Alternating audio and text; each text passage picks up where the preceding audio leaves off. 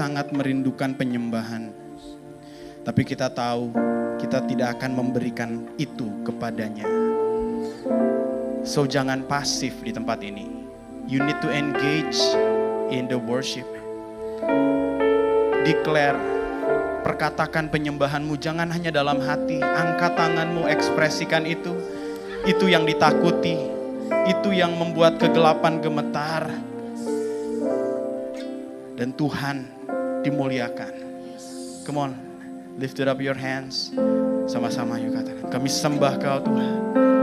Ku sembah Kau. All voices, come on. Dalam roh dan kami tak akan diam.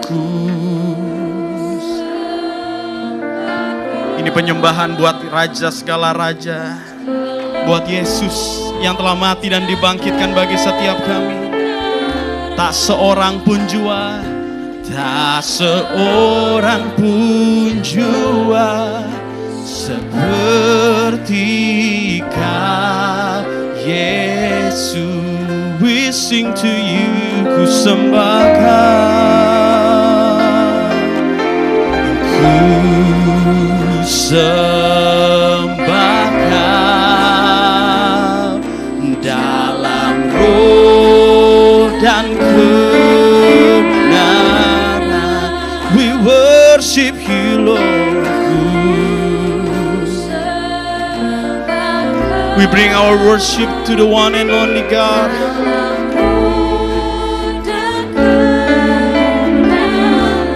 Ini yang kami percaya Tuhan. Tak seorang pun jua seperti Kau Yesus. Kami sembah, kami sembah. Sembah Kau dalam roh. Dengan segenap hati kami Tuhan, dengan kesadaran penuh akan siapa Tuhan dalam hidup kami. Ku sembah Kau dalam roh. Tak seorang pun, tak seorang pun seperti Kau Yesus. Ku sembah Kau.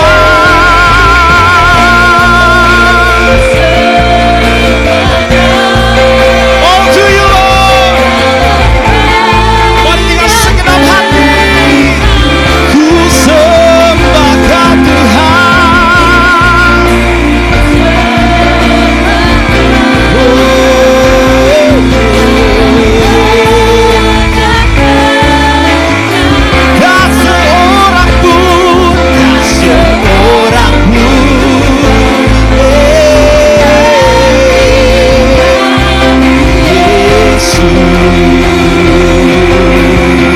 Katakan tak seorang pun, tak seorang pun seperti Kau Yesus. Tak seorang pun, tak seorang pun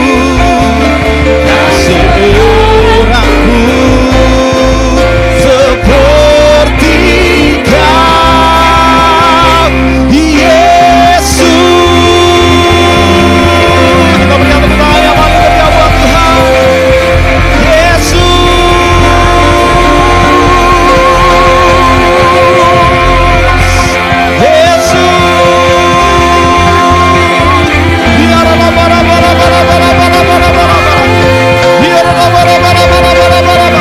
Yesus, Kau layak disembah, Kau layak Tuhan.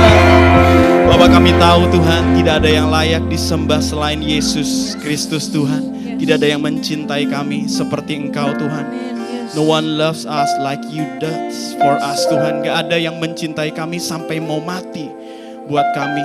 Hanya Yesus yang melakukannya. Oleh karena itu semua penyembahan kami tidak kami serahkan kepada yang lain. Kami serahkan hanya kepada Yesus. Tuhan, terima kasih, kami bersyukur kalau kami boleh dipilih oleh Tuhan, ada di hadirat-Mu hari ini. Aku berdoa, biarlah kepekaan akan hadirat Allah Roh Kudus bertambah saat ini di dalam nama Yesus. Let the awareness of your presence of the Holy Spirit increase right now in Jesus' name. Dan biarlah setiap kami, waktu kami dengar firman, kami tidak dengar sekedarnya, tapi kami dengar suara Tuhan. Waktu kami dengar firman, kami dengar suara-Mu ya Roh Kudus. Dan waktu kami dengar, Roh Kudus juga yang menolong kami untuk melakukan firman yang kami dengar. Sehingga kami gak cuma come and see, kami come and follow you. Kami datang dan mengikuti semua yang Tuhan ajarkan. Dan kami menjadi murid-Mu, bahkan kami memuridkan orang lain. Tuhan, sebab kami percaya orang yang melakukan firman hidupnya akan diubahkan dan mengalami semua janji Tuhan. Tuhan, kami berdoa biarlah semua itu dialami oleh setiap individu yang ada di ruangan ini. Terima kasih Tuhan, kami mengucap syukur. Kami serahkan hati kami, ajar kami Roh Kudus. Di dalam nama Tuhan Yesus, setiap kita siapa itu firman Tuhan sama-sama katakan. Amin. Boleh kasih tepuk tangan yang paling meriah buat Tuhan Yesus. Silahkan duduk semuanya, sekali lagi shalom. Haleluya, puji Tuhan. Hari ini kita ada di mix season antara Valentine dan Imlek, ya kan? Jadi, ya. Tapi Koko mau bilang begini ya, hari kasih sayang itu sebenarnya as a Christian bukan di Valentine. Hari kasih sayang ada di Jumat Agung. Ya, karena kasih sayang terbesar ditunjukkan oleh Yesus waktu dia mati di kayu salib buat setiap kita. Amin. Tidak ada kasih yang lebih besar dari kasih seorang yang memberikan nyawanya untuk sahabat-sahabatnya. Amin. Dan biarlah kasih Kristus ini yang membuat kita bisa mengasihi setiap orang yang ada di sekitar kita, enggak cuma di hari Valentine, tapi di setiap hari. Karena kasihnya lebih dari cukup. Nah, hari ini kita akan melanjutkan series yang kita judul dengan nama Come Follow Me. Ini judul series kita selama bulan Februari ini. Dan Koko akan kembali merimain kenapa judulnya Come and Follow Me. Jadi kalau teman-teman datang di minggu yang pertama, di situ kita belajar tentang bagaimana Yesus pada saat dia memanggil murid-muridnya, Come follow me and I will make you a fisher of men. Ya, waktu itu dia katakan itu kepada Petrus dan kepada Andreas. Oke? Dan kalau kita pelajari sebenarnya momen Yesus memanggil murid-murid di Danau Galilea bukanlah momen pertama kali Yesus ketemu sama mereka. Kalau kita baca di kitab Yohanes, kita akan menemukan ternyata Yesus sudah ketemu sama Petrus, Andreas, Yohanes, Nathanael. Ya, Yesus sudah ketemu sama mereka sebelum perjumpaan di Danau Galilea. Oke? Tapi di perjumpaan pertama, Yesus bilang begini sama Andreas, sama Yohanes, come and see. Datang dan lihatlah. Datang dan lihatlah. Tapi di momen Danau Galilea, Yesus berkata, come and follow me. Artinya setiap kita pada awalnya juga sama. Kita mungkin datang ke gereja, come and see. Ya, kita cuma datang untuk melihat apa sih yang sedang terjadi, apa sih yang diajarkan. Oh, gini toh menyembah Tuhan. Oh, gini toh melayani Tuhan. Oke. But I just come and see. Nah, yang menarik, Tuhan tidak panggil kita hanya untuk lihat-lihat saja. Amin. Dia panggil kita to come and follow him. Dia panggil kita untuk datang dan mengikuti dia. Apa yang dia lakukan, itu yang juga kita lakukan. Dan di minggu yang pertama kemarin kita belajar tentang pengampunan, karena itu yang Yesus lakukan. Yesus mengampuni kita dan juga mengajarkan kita untuk melepaskan pengampunan kepada orang lain. Nah, di minggu kemarin waktu Angel Sharing juga diajarkan tentang apa sih pemuritan, bagaimana kita bisa masuk dalam discipleship, ya. Bagaimana tentang ministry of presence, pelayanan kehadiran. Waktu kamu hadir di ibadah seperti ini, dan kamu hadir dalam komsel, itu juga sebuah bentuk pelayanan. Karena kehadiran kamu bisa menjadi berkat bagi banyak orang. Kehadiran kamu waktu mendengarkan cerita orang, itu pun sebuah bentuk pelayanan. Ya, kalau teman-teman ingat di minggu lalu Angel bagikan tentang kisah Maria dari Betani yang mencurahkan spikenard, itu minyak ya yang begitu harum, dan dia melakukan itu sebagai bentuk penghormatan kepada Yesus. Dia seka dengan rambutnya dan keharumannya memenuhi seluruh ruangan. Demikian juga waktu teman-teman tadi hadir, ikut menyembah dengan penuh ekspresi, enggak diam ya, tapi mendeklar penyembahan kalian, keluar suara kalian, maka keharumannya itu memenuhi ruangan ini. Amin. Dan itu yang kita lakukan setiap kali kita menyembah Tuhan. Jadi Koko akan terus encourage pada saat menyembah Tuhan, please jangan diam. Memang kita punya ayat-ayat yang mendukung hal itu, tapi kan Tuhan melihat hati kok. Ya, kita punya ayat-ayat yang mendukung hal itu, tapi Koko juga punya ayat yang mendukung hal ini. Karena dari hati terpancar kehidupan. Jagalah hatimu dengan segala kewaspadaan, sebab dari situ terpancar kehidupan. Kalau hati kita menyembah Tuhan, nggak mungkin nih lidah dan tangan kita tuh diam saja. Amin. Dari sini terpancar keluar, dari sini akan terekspresi di luar. Jadi nyatakan, dan Koko terus menerus mau bilang begini, iblis tuh nggak mau kita nyembah Tuhan. Ya, Lucifer dulu adalah penyembah kepada Tuhan. Waktu dia mau mengambil posisi Tuhan, dia dilempar ke bumi, tugas itu jadi milik kita, amin. Dan iblis mau semua penyembahan itu datang ke dia. Nah, waktu kita bersikap pasif dan tidak menyembah Tuhan, itu membuat kita choosing the wrong side. Ya, itu membuat kita tuh memilih sisi yang salah. Dan kita perlu dengan sengaja menyembah Tuhan. Gak heran memang setiap kali kalian mau nyembah Tuhan, mau nyanyi, mau angkat tangan, pasti ada aja yang bikin kalian sulit melakukannya. Entah diingetin masalah yang belum selesai, entah diintimidasi dengan dosa yang baru-baru kemarin terjadi. Akhirnya setiap kali mau nyembah sulit gitu. Tapi kalau nggak lagi dalam penyembahan, enteng-enteng aja. Kalau nyanyi lagu dunia, nggak pernah ada intimidasi tuh. Dan kalian berpikir itu hal yang wajar, itu tidak wajar. Setiap kalian masuk dalam doa, setiap kalian masuk dalam pujian penyembahan, setiap kali kalian masuk dalam pembacaan firman, itu sebuah peperangan rohani. Pasti seperti ada perlawanan yang membuat kalian jangan sampai melakukan hal itu. Tapi Koko mau bilang, kita akan buat sebuah terobosan. Amin. Kita akan fight back. Kita nggak menyerah dengan perasaan kita. Tapi kita akan terus menyembah Tuhan. Amin. So declare your worship. Angkat tangan, sembah Tuhan. Dan kalian akan melihat, waktu kalian declare, pujian yang kalian naikkan terdengar oleh telinga, dan itu membuat iman kita dibangkitkan. Nah, hari ini Koko mau fokus kepada satu cerita, mungkin ini jarang dibahas tapi kalian pernah dengar sesekali. Yaitu cerita tentang seorang muda yang kaya. Ya. Kisah ini tercatat di kitab Matius, Markus, dan Lukas. Ya.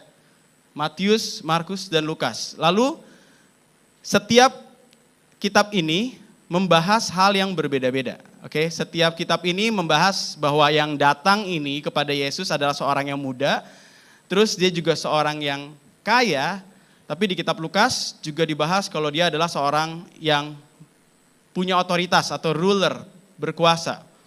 Dan kita akan lihat apa yang bisa kita pelajari dari cerita ini. Koko akan bacakan. Pada waktu Yesus meneruskan perjalanannya, datanglah seorang berlari-lari, katakan berlari-lari. Oke, kalau orang datang berlari-lari nih pasti dia excited nih, ya. Mendapatkan Yesus dan sambil apa? Bertelut tuh berlutut, kneel down. Gesturnya bener gak? Bener, sopan banget, ya gak sih? Bertelut, udah berlari, bertelut lagi. Di hadapannya ia bertanya, apa? Guru yang baik, apa yang harus ku perbuat? What shall I do to inherit the kingdom of God atau the eternal life. Untuk memperoleh hidup yang kekal. Apa yang harus kuperbuat untuk memperoleh hidup yang kekal? Jawab Yesus, mengapa kau katakan aku baik? Nah, ada konteksnya ya, kenapa Yesus bilang begini. Karena di zaman itu, rabi atau guru itu tidak dipanggil good master. Ya. Kata good biasanya ditujukan untuk Allah atau Tuhan saja. Bukan untuk guru.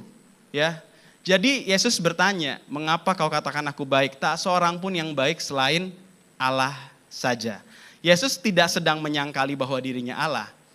Yang Yesus lakukan di sini adalah Yesus sedang melontarkan pertanyaan untuk membuat si orang ini berpikir, kamu tahu nggak apa yang sedang kamu katakan?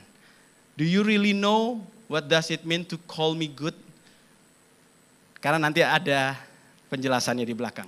Lalu apa yang kita bisa lihat dari cerita ini? Perhatikan, pertama dia berlari, kedua dia bertelut, dan dia berkata, guru yang baik, apa yang harus kuperbuat untuk memperoleh hidup yang kekal. Nah, di sini ada dua hal yang terjadi. Pertama, gesturnya benar. Oke, berlari, excited. Bertelut, humble enough. Outernya ya, secara luar. Lalu dia bisa bilang, engkau guru yang baik. Tapi ada pemikiran yang salah. Apa pemikiran yang salah? Orang ini berpikir bahwa hidup yang kekal adalah hasil dari perbuatan kita. Dengan kata lain dia sedang berkata begini, Tuhan gimana caranya supaya aku bisa memperoleh hidup yang kekal? Apa-apa aja yang harus kuperbuat supaya bisa memperoleh hidup yang kekal? Nah, Yesus sebenarnya bisa menjawab secara directly. Tapi Yesus menjawab sesuai dengan background dari orang ini. Karena orang ini orang Yahudi, buat orang Yahudi, untuk seseorang bisa menerima hidup yang kekal, mereka harus memenuhi hukum Taurat. Tapi hukum Taurat yang dilakukan ini tidak boleh parsial. Kalau seseorang mau memenuhi hukum Taurat, dia harus melakukannya secara sempurna. Oke? Dan kita akan lihat sama-sama kenapa pemikiran orang ini salah. Orang ini berpikir hidup yang kekal adalah hasil dari perbuatan kita. Coba kita lihat ayat ini, Titus 3 ayat 5-7. He saved us not because of the righteous thing we had done. Dia menyelamatkan kita bukan karena perbuatan benar yang kita lakukan, but because of His mercy.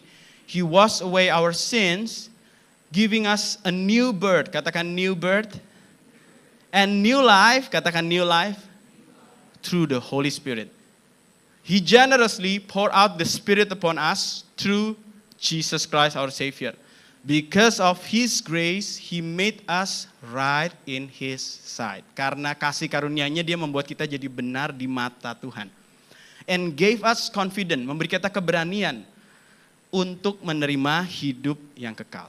Sekali lagi, orang ini gesturnya benar, pemikirannya salah. Dia pikir hidup yang kekal adalah akibat atau reward dari perbuatan baik yang dia lakukan. Kebenarannya adalah kita semua di sini diselamatkan bukan karena perbuatan baik kita, bukan karena hal benar yang kita lakukan, tetapi karena mercy of God yang diterima pada saat kita lahir baru atau new birth. Kenapa perlu ada kata lahir baru? Sebab setiap orang yang lahir dari darah dan daging membawa dosa.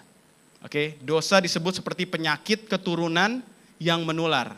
Artinya setiap orang yang lahir keturunan Abraham, keturunan Adam, ya, keturunan Abraham ini akan membawa benih dosa dan benih dosa ini akan terus menurun kepada seluruh umat manusia.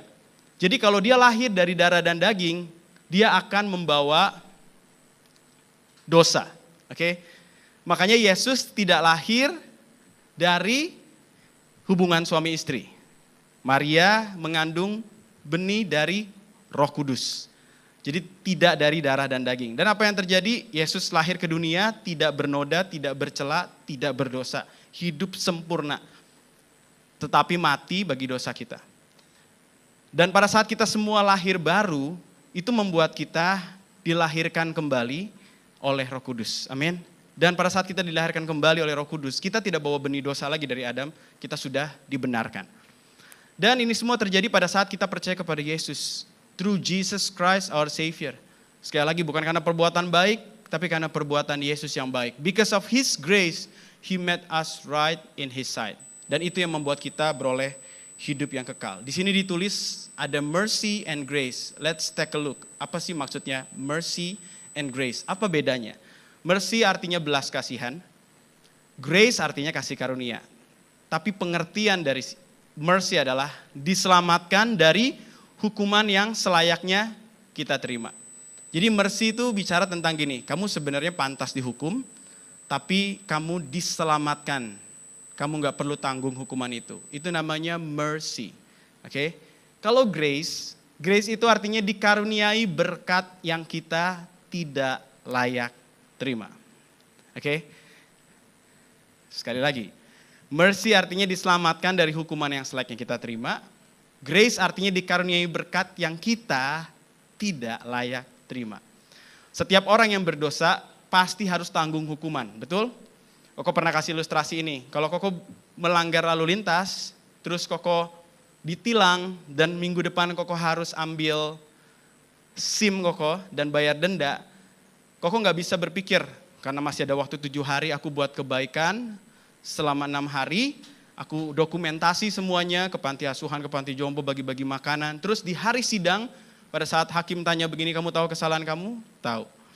Kamu tahu dendanya? Kamu siap bayar? Sebentar Pak, saya mau kasih tahu apa yang saya lakukan. Terus kita kasih lihat dokumentasi kita. Saya melakukan banyak kebaikan ke panti asuhan, panti jompo, bagi-bagi makanan dan lain sebagainya.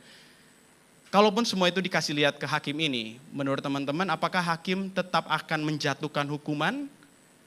Yes, karena perbuatan baik tadi ya baik sih, tapi kamu juga buat kesalahan dan kesalahan itu harus ada konsekuensinya. Yang mengerti katakan amin. Tapi mendapat mercy artinya konsekuensi yang harusnya kamu alami itu dianulir, di-remove. Hukuman yang harusnya kamu jalanin disingkirkan. Itu namanya mercy. Dan itu yang kita alami. Kita harusnya terima maut, terpisah dari Allah selamanya, tapi Yesus mengambil itu, He took our punishment, dan menanggungnya di kayu salib. Sehingga semua yang teman-teman lihat waktu Yesus mati di kayu salib itu sebenarnya adalah hukuman yang harusnya kita tanggung, tapi by His mercy semua itu diambil dan ditimpakan ke dirinya sendiri. Kita diselamatkan dari hukuman yang selayak yang kita terima. Udah dapat mercy aja menurut Koko itu udah puji Tuhan, benar gak sih? Nggak kena hukum aja itu udah puji Tuhan, nggak usah dikasih grace. Diselamatkan dari hukuman yang selayaknya kita terima aja, udah sangat-sangat bersyukur. Tapi inilah baiknya Tuhan yang kamu sembah dalam nama Yesus Kristus. Dia gak cuma kasih kamu mercy, then He gives you grace. Grace artinya apa? Berkat yang kita tidak layak terima. Kamu gak layak terima, tapi tetap dikasih. Bukan karena kamu buat baik, tapi karena yang memberikannya sangat amat baik. Amin. Dan Dia berikan apa? Hidup yang kekal, hidup dan hidup dalam segala kelimpahannya. Dan itu semua terjadi sekali lagi bukan karena kamu lakukan hal yang baik, bukan karena kamu lakukan hal yang benar, bukan karena kamu lakukan hukum Taurat. Hukum Taurat diberikan seperti cermin untuk membuat kita sadar banyaknya dosa kita. Tapi hukum Taurat ini tidak bisa menyelamatkan kita. Sama kayak termometer, waktu kamu sakit demam, termometer ini bukan obat untuk nyembuhin kamu dari demam, betul? Termometer ini untuk ngecek suhu kamu ternyata tinggi. Dan kamu perlu datang kepada dokter. Hukum Taurat itu sama seperti itu. Untuk menunjukkan bahwa, jangan ada Allah lain. Jangan mengucapkan saksi dusta, jangan membunuh, jangan berzina. Dan lain sebagainya. Dan kita sadar, berarti aku penuh dengan dosa karena aku gak bisa fulfill semua hukum ini. I need a savior. Itu tujuan hukum Taurat. Bukan itu yang jadi jalan keselamatan. Sama kayak termometer sekali lagi, bukan itu yang kamu minum, betul? Tapi itu menunjukkan kalau aku sakit dan aku perlu datang ke dokter. Hukum Taurat menunjukkan bahwa kita berdosa, gak mungkin hidup sama sekali sempurna, dan kita perlu datang kepada juru selamat. Tapi si orang kaya ini datang dengan gestur yang benar, dan dia bilang gini, ayo kasih tahu yang mana yang harus aku lakukan supaya aku bisa jadi juru selamatnya. Supaya aku bisa lakukan dan aku terima hidup yang kekal. That's the wrong mindset. Jadi hal pertama nih yang kita mau belajar dari cerita ini, sama-sama baca, 1, 2, 3, sangat mungkin untuk orang datang ke Tuhan dengan gestur yang benar, namun dengan pemikiran yang salah. Sangat mungkin kita datang ke gereja dengan gestur yang benar. Datang ke gereja aja udah benar gesturnya. Datang ke kul juga udah benar gesturnya. Angkat tangan, nyanyi, pelayanan lagi, itu udah benar banget gesturnya. Tapi bisa aja kita lakukan semua itu dan kelihatan benar, tapi pemikiran kita salah. Kalau dari jauh orang ngelihat si rich yang ruler ini datang berlutut. Orang-orang pasti lihat gini, wes keren nih orang nih. Dia datang menghormati guru kita nih. Tapi waktu dengar pertanyaannya, lah kok salah mikirnya? Perhatikan, itu seringkali terjadi. Nah kalau itu pernah terjadi dalam hidup kita, then change the mindset, not the gesture. Ini bukan cara untuk bilang gini, itu kan bener. Gesturku bisa benar, pemikiranku salah. Aku datang ke ibadah, tapi pemikiranku salah. Kalau gitu aku gak usah datang lah sekalian. Yang diganti bukan gesturnya. Amin. Karena gesturnya kan udah benar. Yang diganti pemikirannya. Ini beberapa contoh. Gestur yang benar. Datang ibadah. Pemikirannya salah nih kalau datang ibadah agar diberkati. Memang waktu kita ibadah pasti berkat Tuhan tuh kita alami. Tapi bukan itu tujuan kita ibadah. Kita datang ibadah untuk kita dimuridkan. Amin. Untuk kita dimuridkan. Kita datang ibadah juga bukan supaya minggu depan hidupku lancar, tidak ada masalah. Banyak orang kalau dia nggak ke gereja, dia merasa khawatir. Tuhan marah dan minggu depan aku akan mengalami banyak musibah nih. Ban bocor, tabrakan dan lain sebagainya. Seakan-akan Tuhan tuh kayak preman. Kalau kamu nggak kasih setoran minggu ini, kamu lihat aja minggu depan hidupmu berantakan. Nah kalau kamu punya pemikiran itu, kamu datangnya sih benar ke ibadah. But wrong mindset. Tuhan kita bukan preman, katakan amin. Tuhan kita Bapa yang baik. Kalau memang kita ngalamin sesuatu yang buruk di minggu itu memang karena kita careless aja gitu. Kita yang ceroboh aja. Jangan langsung framing Tuhan kayak orang jahat gitu loh. Memang kita yang mungkin perlu memperbaiki hidup kita. Menjaga lebih bijaksana. Jadi hati-hati. Kalau kamu datang ibadah bukan supaya diberkati, kamu sudah diberkati. Amin. Yesus sudah mati di kayu salib sebelum kamu datang ibadah. Dan itu membuat kita sadar Tuhan sayang aku sebelum aku perform anything buat dia. Waktu kamu datang ke sini, kamu datang dengan hati mau dimuridkan. Aku mau kenal dong Yesus yang udah selamatin aku ini. Itu mindsetnya. Yang kedua, menyembah Tuhan tapi menahan pengampunan. Menyembah Tuhan sih, angkat tangan, suaranya keluar, nyanyinya kenceng, bahkan pelayanan. Tapi hati menahan pengampunan. Itu juga wrong mindset. Oh kalau gitu aku gak usah nyembah Tuhan. Change the mindset, not the gesture. Gesturnya udah benar, mindsetnya salah. Justru kamu menyembah. Kamu tahu arti kata menyembah? Menyembah itu bicara tentang ketaatan. Menyembah itu bukan sekedar nyanyian. Kalau kamu tahu kata worship pertama kali muncul di Alkitab pada saat Abraham mempersembahkan Ishak. Apakah Abraham bawa gitar di situ? Enggak. Abraham bawa kayu untuk taruh Ishak di atasnya dan mengorbankan Ishak karena Tuhan minta. Apakah worshipful? Full of song? Enggak. Full of sacrifice for the sake of obedience. Jadi penyembahan yang sejati ternyata bicara soal ketaatan kita sama maunya Tuhan walaupun menyakitkan. Amin. Jadi waktu kita menyembah nih, gesturnya udah benar. Tapi waktu kamu menyembah, keep this in mind. Tuhan, aku mau belajar taat. Aku nyanyi bukan karena hidupku udah benar. Aku nyanyi karena aku mau hidupku selaras sama kehendak-Mu. Aku angkat tangan karena aku gak bisa mengampuni dengan kekuatanku sendiri. God help me, ku sembah Kau dalam roh dan kebenaran. Tolong aku, supaya aku bisa meneruskan pengampunan yang aku terima kepada orang yang menyakiti aku. Aku gak mampu, aku berserah waktu menyembah. Karena aku mau belajar mengampuni. Yang mengerti boleh katakan amin. Itu yang kita lakukan. Lalu berikutnya, melayani di gereja. Banyak orang punya gestur yang benar soal ini. Tapi punya pemikiran yang salah. Dia pikir karena udah pelayanan, udah capek nih. Dari pagi sampai sore, seminggu full di gereja. Gak usah lah baca Alkitab lagi. Pelayanan jadi kompensasi untuk melayani pribadi Tuhan. Gak usah lah aku saat teduh lagi, Senin, Selasa, Rabu, Kamis. Kan udah hari Minggu tuh udah full buat Tuhan. Jadi Senin, Selasa, Rabu, Kamis, Jumat, Sabtu, aku gak usah punya hubungan pribadi sama Tuhan. Kan aku udah pelayanan. Kita mencoba menggunakan pelayanan sebagai kompensasi. Supaya kita gak perlu lagi punya persekutuan dengan pribadi Tuhan. Itu pemikiran yang salah.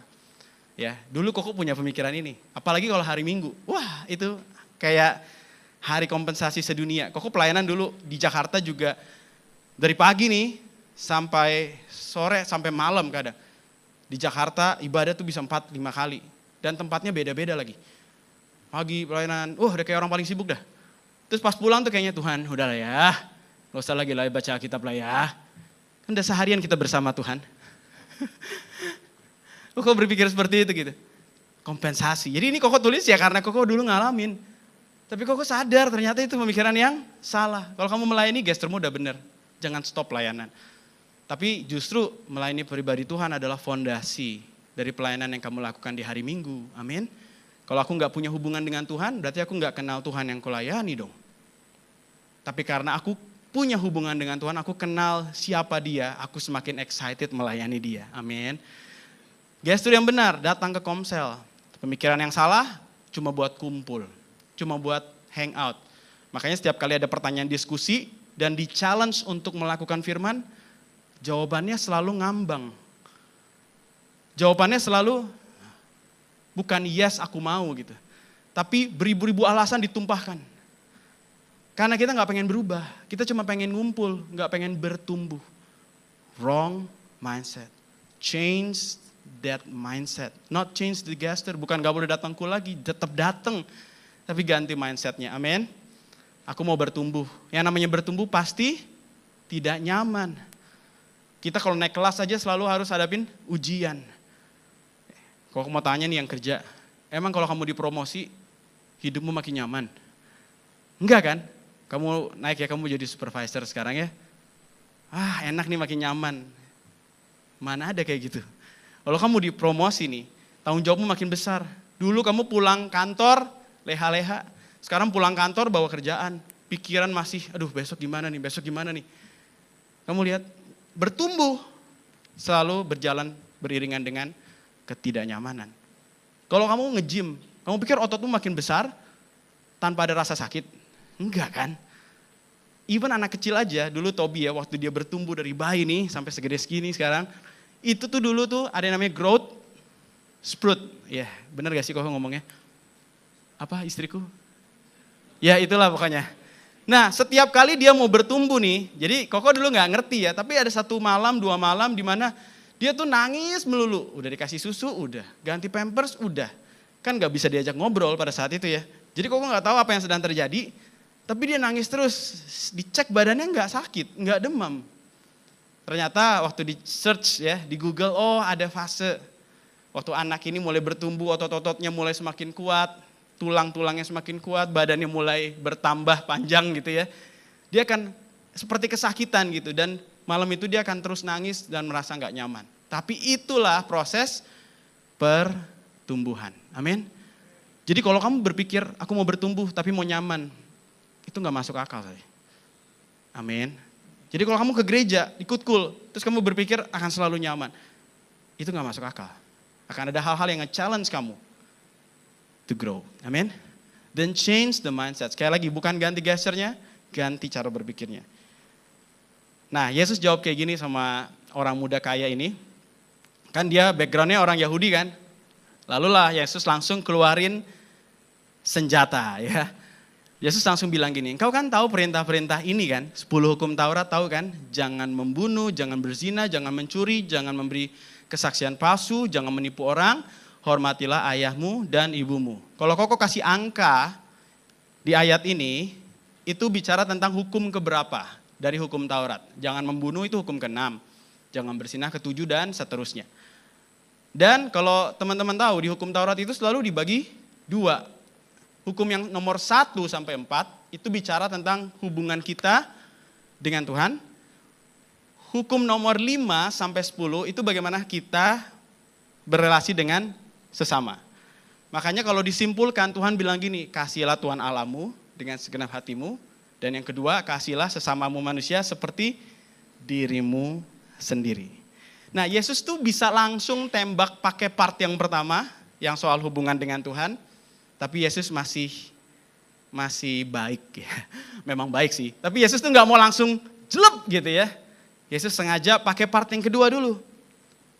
Dan waktu Yesus bilang begini, coba lihat responnya. Lihat responnya ya. Lalu kata orang itu kepadanya, Guru, semuanya itu telah kuturuti sejak masa mudaku. Sedap gak tuh? Tuhan udah semua kalau itu mah. Ada lagi enggak? Gitu. Seakan-akan dengan yakin dia sudah menuruti. Pertanyaannya gini, apakah betul dia sudah menuruti. Berdasarkan pikiran dia sudah menuruti hukum nomor 5 sampai 10. Tapi tidak berdasarkan interpretasi dari si penulis hukum tersebut. Yuk kita lihat ya, orang Farisi berpikir gini, aku tidak membunuh, aku sudah checklist hukum Taurat nomor 6. Tapi buat Tuhan, bukan soal kamu tidak membunuh. Bagaimana sikap hatimu juga akan menentukan. Sebagai contoh, Yesus kasih tahu penjelasan tentang hukum Taurat versi Yesus. Ya, di khotbah di bukit, Sermon on the Mount, Matius 5, Yesus kasih tahu the real meaning of each law that given to the Moses. Kenapa Yesus sampaikan ini di bukit? Sermon on the Mount di gunung, karena dulu Musa terima hukum ini di mana? Di gunung. Musa terima hukum ini di gunung, sekarang di gunung ini aku kasih tahu kamu the real meaning of each law. Dan Yesus bilang gini, kamu telah mendengar yang difirmankan jangan membunuh, but I say unto you, setiap orang yang marah terhadap saudaranya harus dihukum. Orang Farisi berpikir gini, dengan tidak membunuh aku sudah checklist hukum Taurat. Bagi Tuhan, bukan cuma tidak membunuh, tapi juga tidak punya kemarahan dalam hati. Jadi bagi Tuhan yang penting bukan cuma perilakumu, tapi juga sikap hatimu. Yesus bilang lagi, kamu pernah dengar kan hukum Taurat yang bilang begini, jangan berzina. Oke? Terus kalau kamu tidak melakukan berzina, orang Farisi ahli Taurat sudah mikir gini, aku sudah checklist nih. Tapi bagi Tuhan yang menulis hukum ini, interpretasi yang sebenarnya adalah, kalau kamu dalam hatimu, kamu lihat perempuan, terus kamu punya nafsu, kamu membayangkan yang enggak, kamu jatuh dalam dosa pornografi, kamu sudah berzina di dalam hati. Berarti kamu tetap tidak memenuhi hukum Taurat tersebut. Karena yang Tuhan inginkan bukan behavior modification, but heart transformation. Amin. Let's make it real. Kalian tahu ahli Taurat orang Farisi memang gak pernah bunuh orang. Tapi hatinya benci banget kan sama Yesus. Terus kamu bilang kamu sudah penuhi hukum Taurat gitu. Karena kamu gak bunuh Yesus, tapi merencanakan pembunuhan buat Yesus. Kamu gak mau bunuh Yesus karena kamu gak mau ngotorin tanganmu dengan darah. Tapi kamu serahkan dia sama pemerintah Romawi. Terus kamu bilang kamu udah penuhi hukum Taurat. Aku gak bunuh kok. Hatimu tuh sudah membunuh karena kamu sudah punya kebencian, keirian, jealousy sama Yesus. Ngerti ya? Jadi Yesus tuh raise up the standard. Kamu pikir cuma segini? Kamu pikir hukum Taurat itu cuma buat yang behavior aja? Enggak. The real meaning of this law is deeper than that. Sikap hatinya harus benar. Nah, pertanyaan kok gini. Kalau semuanya ternyata tidak hanya diukur dari perilaku tapi dari sikap hati, siapakah di antara kita yang tidak pernah berdosa? Enggak ada kan? Kita pernah benci sama orang, kita pernah jatuh dalam dosa pornografi. Ngelihat gambar, jatuh dalam dosa pornografi onani dan lain sebagainya. Siapa yang pernah? Siapa yang bisa fulfill the law perfectly, baik secara perilaku maupun secara sikap hati? Enggak ada yang bisa. Dan Yesus tuh tahu orang muda ini juga enggak. Tapi buat orang muda ini kan coba yang penting aku enggak lakukan ini, enggak lakukan itu, enggak lakukan ini, enggak lakukan itu. Udah dong. Tapi buat Tuhan enggak. Apa yang ada di dalam hati? Tuhan melihat hati. Manusia melihat rupa, tapi Tuhan melihat hati. Dan Tuhan challenge hal ini. Lalu dia bilang begini, aku sudah penuhi semuanya dari sejak masa mudaku. Perhatikan kalimat Yesus berikut ini. Baca yang di garis bawah, kalimat paling atas. 1, 2, 3.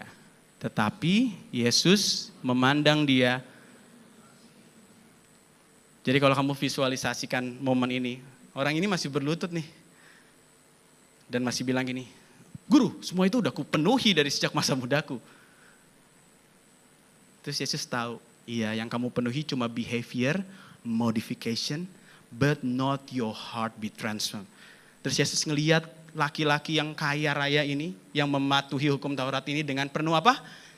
Kasih. Deeply love this person. Dan Tuhan memandang dia dan mengasihinya. Tuhan tuh kayak gini, kamu benar sudah lakukan itu, dan kamu berpikir sudah sampai di situ, tapi hatimu masih kosong. Tuhan tuh sayang, Tuhan gak lihat dia dengan mata bombastic side eye gitu ya. Ya, Tuhan gak lihat dia dengan mata sinis. Seakan-akan Yesus tuh kayak, gaya lu gitu ya. Enggak ya. Yesus melihat orang ini dengan kasih. Kalian tahu gak, Yesus tuh sayang sama setiap kita. Bahkan kita yang datang dengan gestur yang benar, tapi punya pemikiran yang salah. Yesus tuh enggak sambil scanning pikiran kita satu-satu gitu ya. Ngaco lu. Enggak, Yesus tidak lakukan itu, yang mengerti katakan amin. Tapi justru Yesus melihat kita dan memandang kita dengan penuh kasih. Dia mau kasih tahu kita, you don't have to try that harder. You don't need to do anything to receive eternal life. Kamu gak usah berusaha lebih keras. Kamu gak perlu berpikir lakukan banyak hal untuk terima hidup yang kekal. I am the way, the truth, and the life. Aku loh jalannya. Kamu gak usah usaha. Aku akan lakukan semua ini di kayu salib.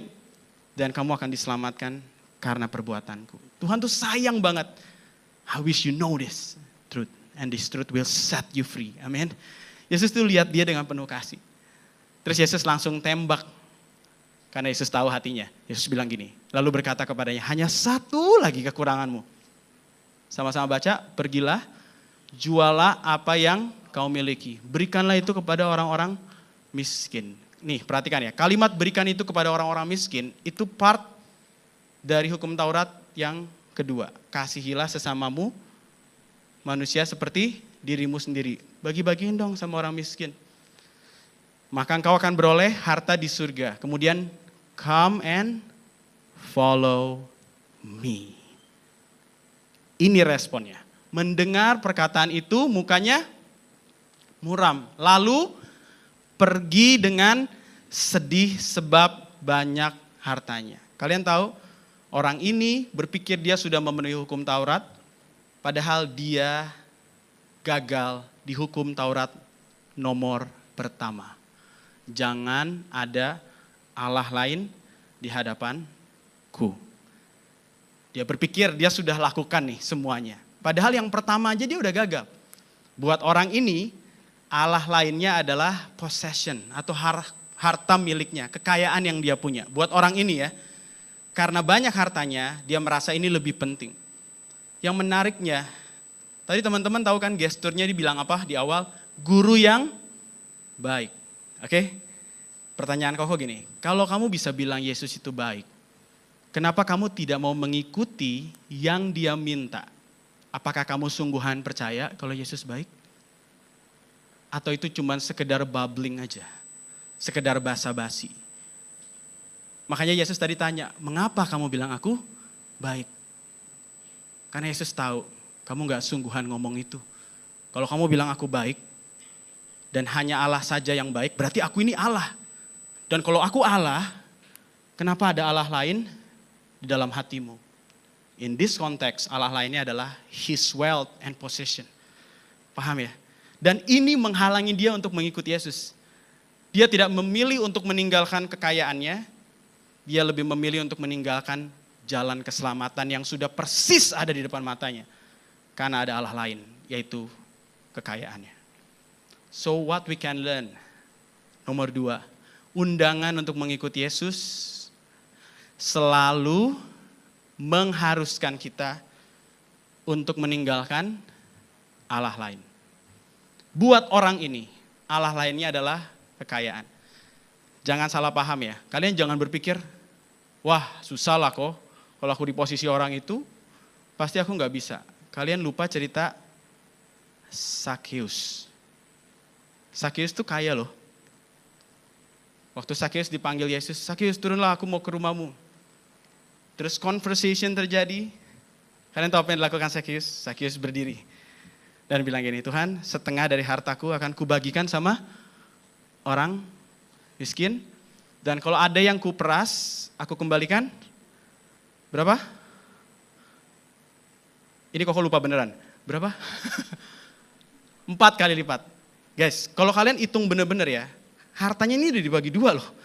Hartanya tinggal setengah. Kalau dia balikin 2 kali lipat masih masuk akal menurut Koko. Tapi kalau dia balikin 4 kali lipat, ini bangkrut dia. Dengan kata lain, dia ini menjual semuanya, bukan cuma setengahnya. Paham ya? Jadi dia auto miskin hari itu, karena dia ngerasa aku udah ketemu harta yang paling besar di dunia ini, yaitu Yesus. Enggak apa-apa kok kehilangan semuanya, aku udah ketemu Engkau Yesus. Harta terbesar dalam hidupku. Jadi jangan pikir ini nggak mungkin. Ini mungkin karena Zakheus lakukan itu. Dan pertanyaannya buat kita, bagaimana dengan kita hari ini? Apa sih Allah lain yang menghalangi kamu untuk mengikuti Yesus? When Jesus invite you, come, follow me. Pasti ada sesuatu yang kamu harus tinggalkan. Kamu nggak bisa ikut Yesus tapi kamu bawa Allah lain itu. Kamu nggak bisa mengabdi kepada dua Tuhan. Amin. Kamu harus merelakan itu. Kalau kamu nggak bisa merelakan itu, berarti sebenarnya dalam hati kamu masih melihat Yesus itu tidak semahal itu. Yesus tidak se-beautiful itu. Tidak se-wonderful itu. Kamu masih berpikir, apa yang kamu miliki lebih berharga dan lebih penting.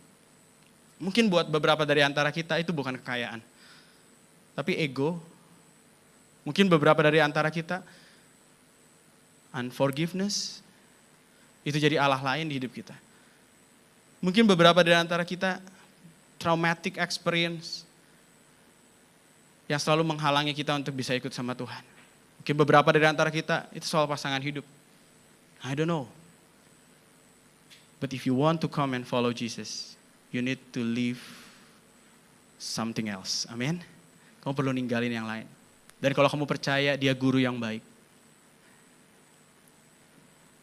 what hinders you to obey his command? Kalau dia baik, pasti perintahnya buat kebaikan. Amin. Kenapa aku gak mau surrender ya? Kenapa aku gak mau percaya sepenuhnya? Nah, waktu hal ini terjadi, bayangin orang kaya ini pergi, Yesus memandang murid-muridnya di sekelilingnya. Kan semua murid-muridnya dengerin tuh. Yesus bilang gini, alangkah sukarnya orang yang banyak harta masuk ke dalam kerajaan Allah. Ini bukan tanpa poin Yesus ngomong gini ya. Waduh susah banget ya orang kaya masuk kerajaan Allah. Murid-muridnya tercengang, katakan tercengang. Kaget, shock, surprise gitu ya. Kenapa tau gak surprise? Karena di zaman itu, bahkan sampai di zaman sekarang nih, kita tuh punya asumsi kalau kekayaan adalah bukti bahwa Tuhan berkenan sama orang ini. Di zaman itu, hal ini sangat obvious. Wah dia kaya, pasti Tuhan berkati dia, pasti dia berkenan di hati Tuhan. Makanya waktu Ayub jatuh miskin, ingat ya, waktu Ayub jatuh miskin, anaknya meninggal, hartanya ludes semua dalam waktu 1 hari, mereka langsung bilang apa? Wah kamu pasti buat dosa nih. Pasti Tuhan lagi hukum kamu nih. Padahal kita tahu the real story, dia gak buat salah apa-apa, dia orang yang man of integrity, sangat saleh, tapi iblis minta tolong kasih dong kesempatan. Apakah dia tetap menyembah kamu kalau aku ambil semuanya? Oke silakan tes. Jadi memang Ayub tidak berdosa. Tapi ternyata orang yang benar pun mengalami kemalangan, benar gak? Berarti wealth, richness, itu bukan sign of God's favor loh. Amin. Bukan berarti nanti aku ikut Tuhan, aku diberkati jadi kaya nih aku nih. Itu juga pemikiran yang keliru. Dan semua orang berpikir seperti itu pada saat itu. Makanya mereka berpikir, gila kalau yang kaya aja gak masuk kerajaan surga. Apalagi kita ini nih, yang hidupnya begini, aduh. Tapi Yesus berkata lagi, nah ini keren banget nih, ini keren banget. Yesus bilang gini, anak-anakku. Kenapa gak bilang murid-muridku? Karena Yesus sebelum momen ini ketemu sama anak-anak. Ketemu sama anak-anak itu mau datang sama Yesus, dihalang-halangin sama muridnya. Jangan ganggu guru. Itu persis ayatnya tuh ayat di atasnya. Terus Yesus dengar, overheard hal itu, terus Yesus tegur, jangan halang-halangi mereka datang kepadaku. Lalu anak-anak ini datang, terus Yesus peluk mereka, tumpang tangan satu-satu, dan Yesus memberkati mereka. Bukan tanpa alasan Yesus pakai kalimat gini, my children. Ya, anak-anakku, alangkah sukarnya masuk ke dalam kerajaan Allah. Lebih mudah seekor unta melewati lubang jarum. Pasti pernah dengar nih soal ini. Lebih mudah unta lewat lubang jarum. Pertanyaan kok beneran gak tuh? Unta lewat lubang jarum, susahnya setengah mati ya kan. Jarumnya nancep ke unta lebih gampang. Daripada untanya lewatin lubang jarum.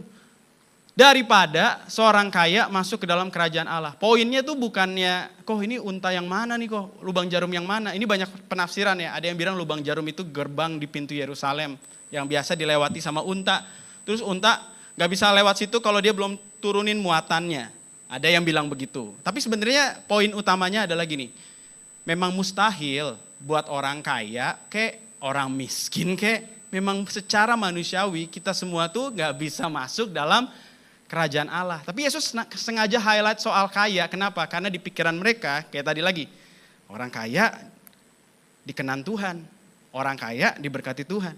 Dan Yesus tuh mau hancurin pemikiran yang salah itu. Jadi dia kasih extreme illustration dan bilang gini, susah banget orang kaya lebih mudah unta masuk lubang jarum daripada orang kaya masuk kerajaan Allah.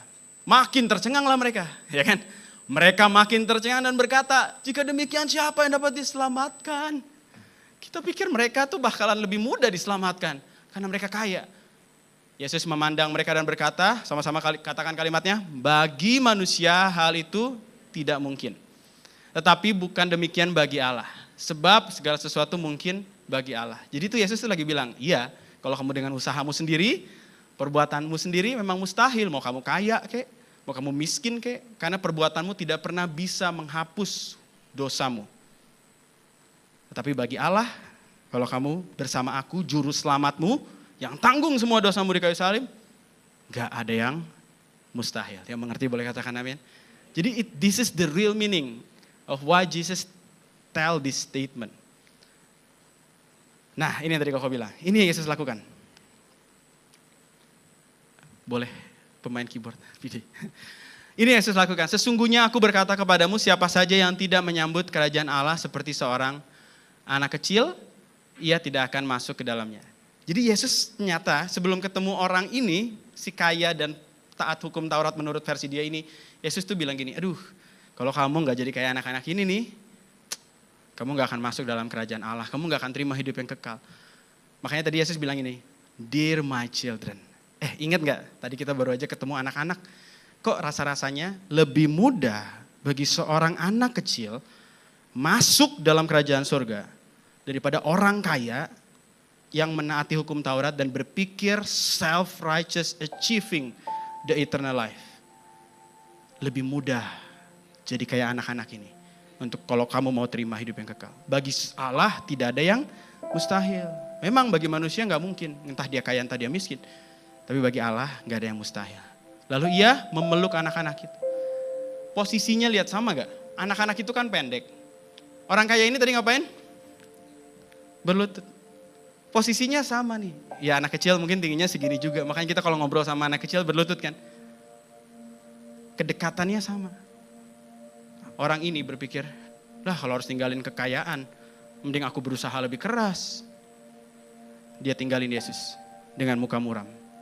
Anak-anak ini, Tuhan kami gak punya apa-apa. Kami cuma pengen diberkatin sama kamu. Dan Tuhan peluk.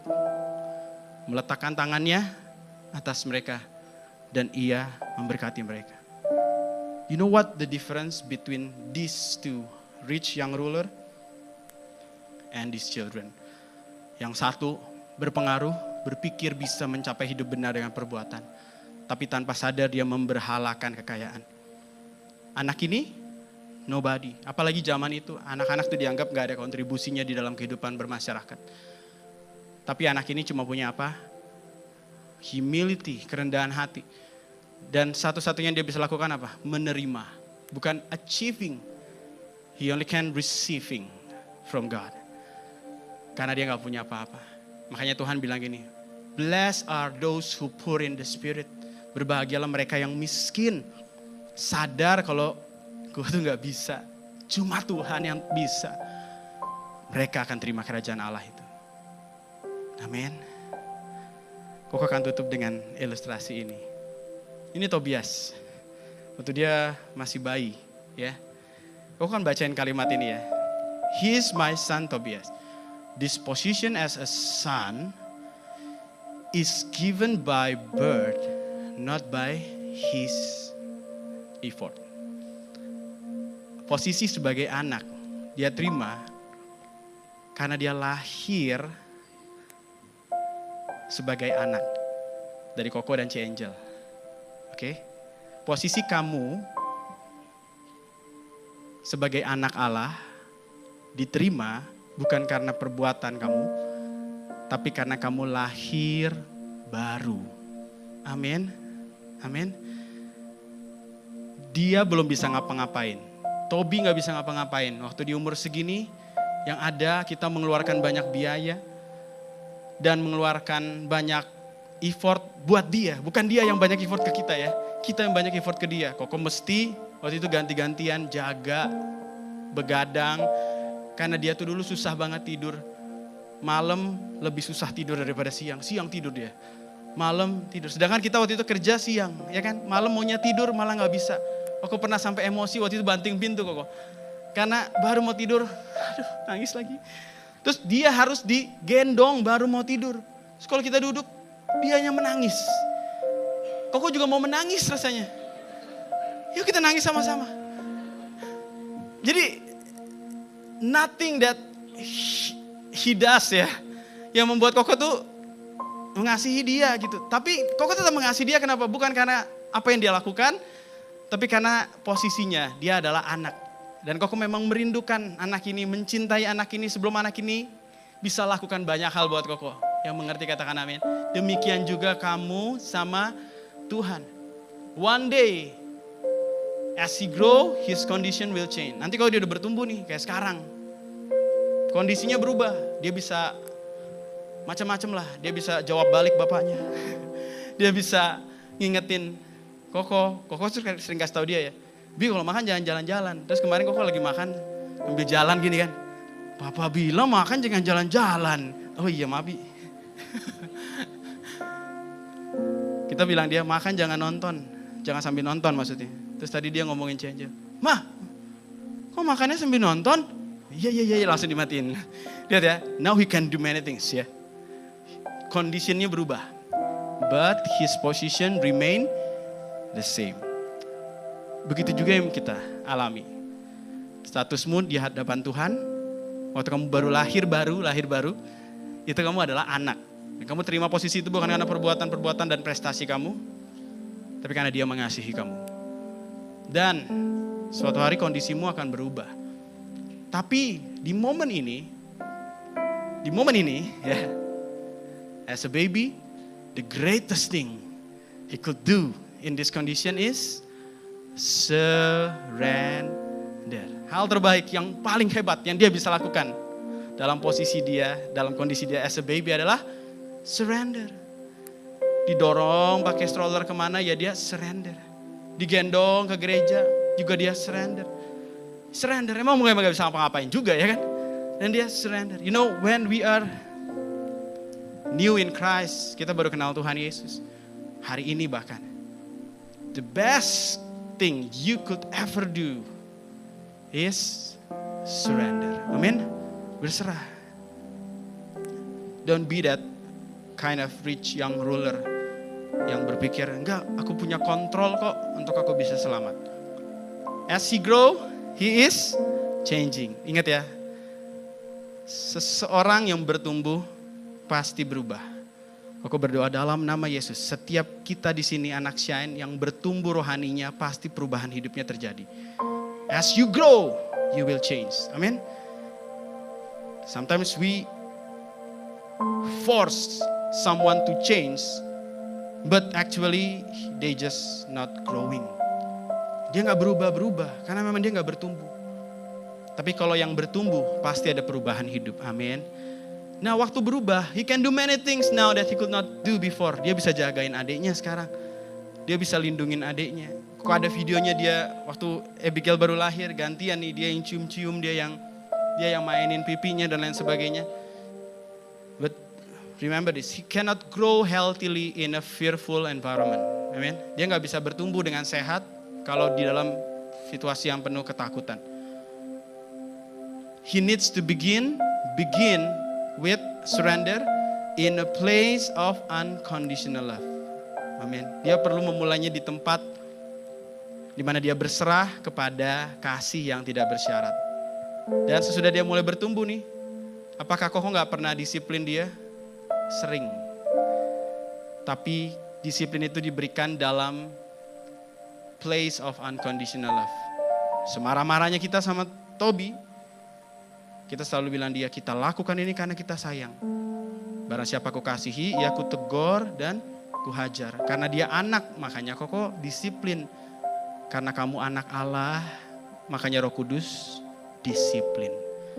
Didik kamu, tegur kamu, buat hatimu gak nyaman. Because you are his son and daughter. Amin. And you will become his disciple. Terakhir, aku akan tutup dengan ini. Penyerahan diri mendahului perubahan hidup. Yang percaya katakan amin. Jadi bukan perubahan hidup, tapi penyerahan diri. You need to begin with surrender. Serahkan Allah lain dalam hidupmu. Identitas sebagai anak menuntun pada pertumbuhan sebagai murid. Jadi kalau kamu nanti akan dididik, dipimpin oleh Roh Kudus, ingat, kamu lakukan semua itu bukan untuk achieving his love. You are loved already. Oke, kamu sudah dicintai Tuhan. Dan kamu perlu lihat diri kamu sebagai anak. Anak manakah yang tidak dididik dan didisiplin oleh orang tuanya? Dia akan mengalaminya karena hal itu juga yang Tuhan mau kerjakan. We are not just to come and see, we come and follow him. Amin. Yuk kita bangkit berdiri sama-sama.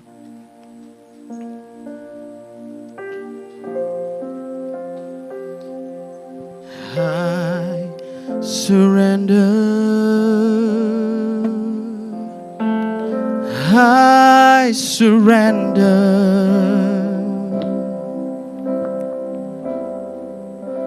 Lord, I surrender my life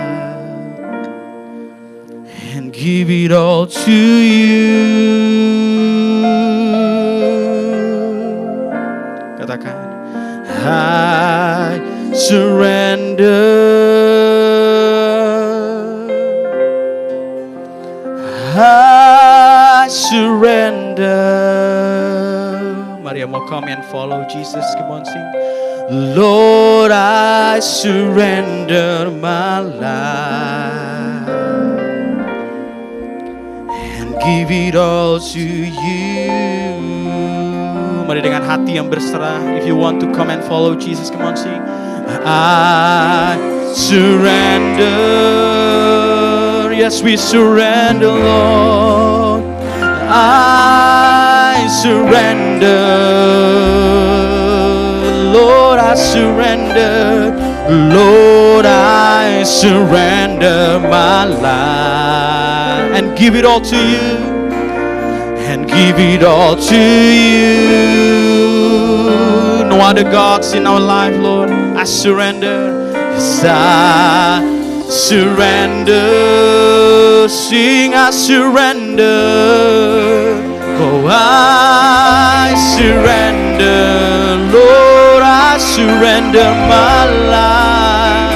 Lord, I surrender my life and give it all to you. Oh, I surrender. I surrender. Come on, surrender to the Lord. I surrender. Oh, oh, Lord, I surrender my life. Yes, Lord, and give it all to you. Lord, I surrender my life. I surrender. Lord Jesus, oh, I surrender. Oh, oh, oh, Lord, I surrender my life. Give it all to you, Lord. Mari dengan kedua tangan terangkat. Holy Spirit, I surrender.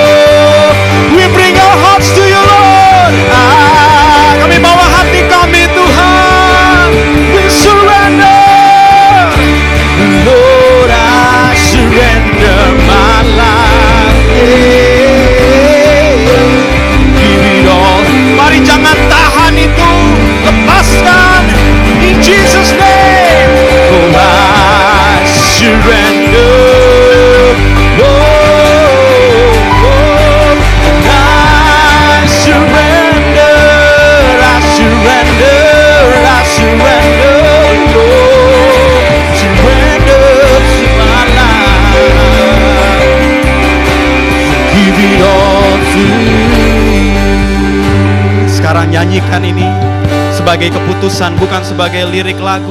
Nyanyikan ini sebagai keputusan. Lord, I surrender. Apa yang Roh Kudus singkapkan saat ini? Apa yang menjadi Allah lain dalam hidupmu? Apa yang membuat engkau tidak bisa mengikuti Yesus? It's not about being perfect. Bukan tentang performance kamu. Apa yang kamu bisa lakukan buat Tuhan, Tuhan sudah lakukan semuanya. Kalau di antara kita dan Tuhan ada 100 langkah, Tuhan sudah ambil 99 langkah. Dan kamu hanya cukup mengambil 1 langkah. Dan kalau kamu percaya Dia baik, Dia yang terindah, the most beautiful, the most wonderful, no one can ever compares with Him. Kamu akan tinggalkan semuanya, to simply follow Him, just like a little children. Memang aku gak punya apa-apa. I realize I am poor. I only have one, and that is you. Seorang anak gak punya prestasi yang bisa dibanggakan. Bahkan dia dapat posisi sebagai anak karena kelahiran. Hal yang sama, kamu jadi anak Allah karena kelahiran baru. Dan dalam posisi sebagai orang percaya yang sudah lahir baru hari ini, the things you need to do is to surrender all. Surrender all. What I mean by surrender all, you need to leave Allah lain. What is that? I don't know. But when the Holy Spirit reveal it to you, you know exactly what it was. Dan bagianmu adalah untuk meresponi hal itu. As we sing this song, I pray the Holy Spirit fill your heart and push that ilah lain dan mendorong ilah lain tersebut keluar dari hidupmu. As you choose to worship the Lord, you say yes to God and say no buat setiap Allah lain dalam hidupmu. Buat dosa, buat kepahitan, buat kekecewaan, buat trauma. As you choose to worship God, you say no buat semua hal Allah lain dalam hidup. Why don't we just lift up our hands right now and pray this song as you sing. I surrender, God. I surrender.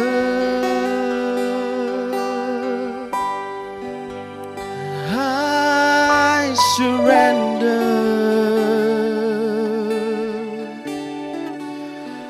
Lord, I surrender my heart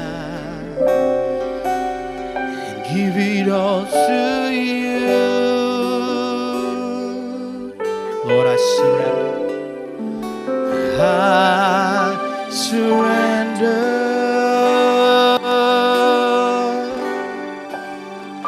I surrender.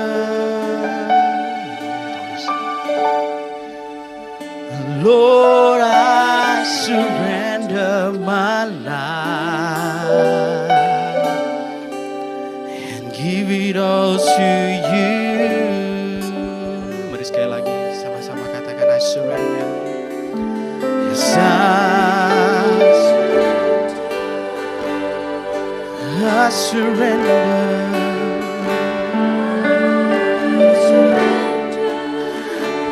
Kami tinggalkan Tuhan semuanya. We come as a little children. Peluk kami Tuhan saat ini. Roh Kudus peluk kami saat ini Tuhan. Seperti Kau memeluk anak kecil yang datang kepadamu. Here we are your children. Peluk kami, tumpangkan tanganmu ya Roh Kudus. Bless us Lord. Bless are those who poor in spirit. Lord, I surrender. Lord, I surrender my life and give it all to you. Lord, I surrender. Lord, I surrender. Amen. And give it all to you. Lord, I surrender my life. Lord, I surrender.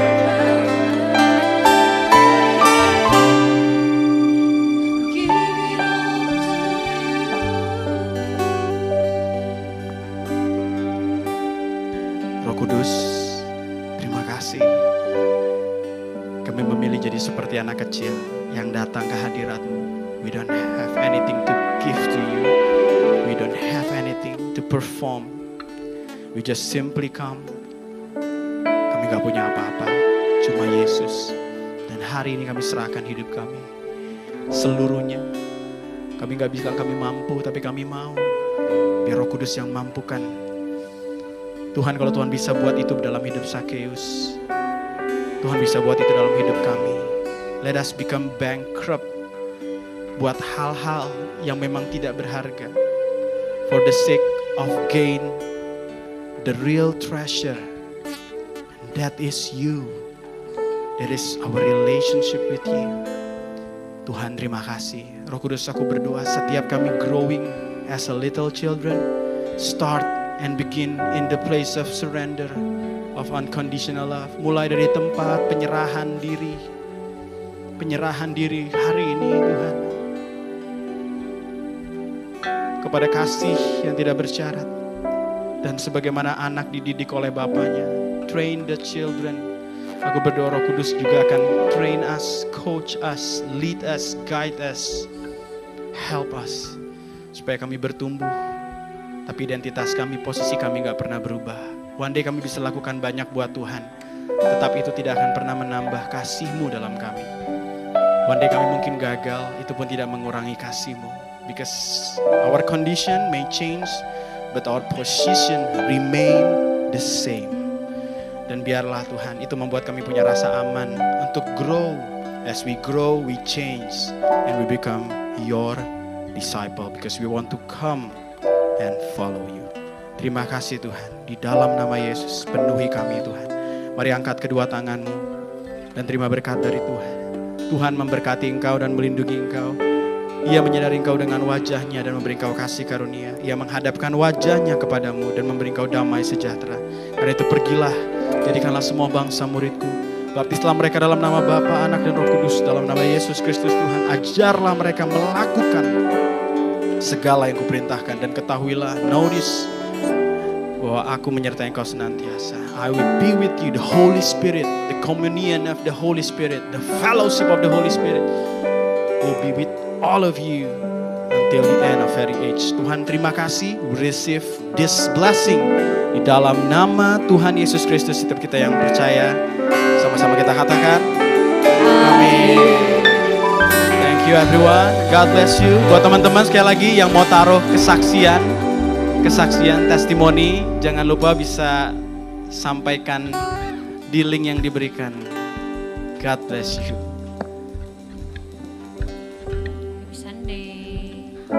Happy Sunday. God bless you.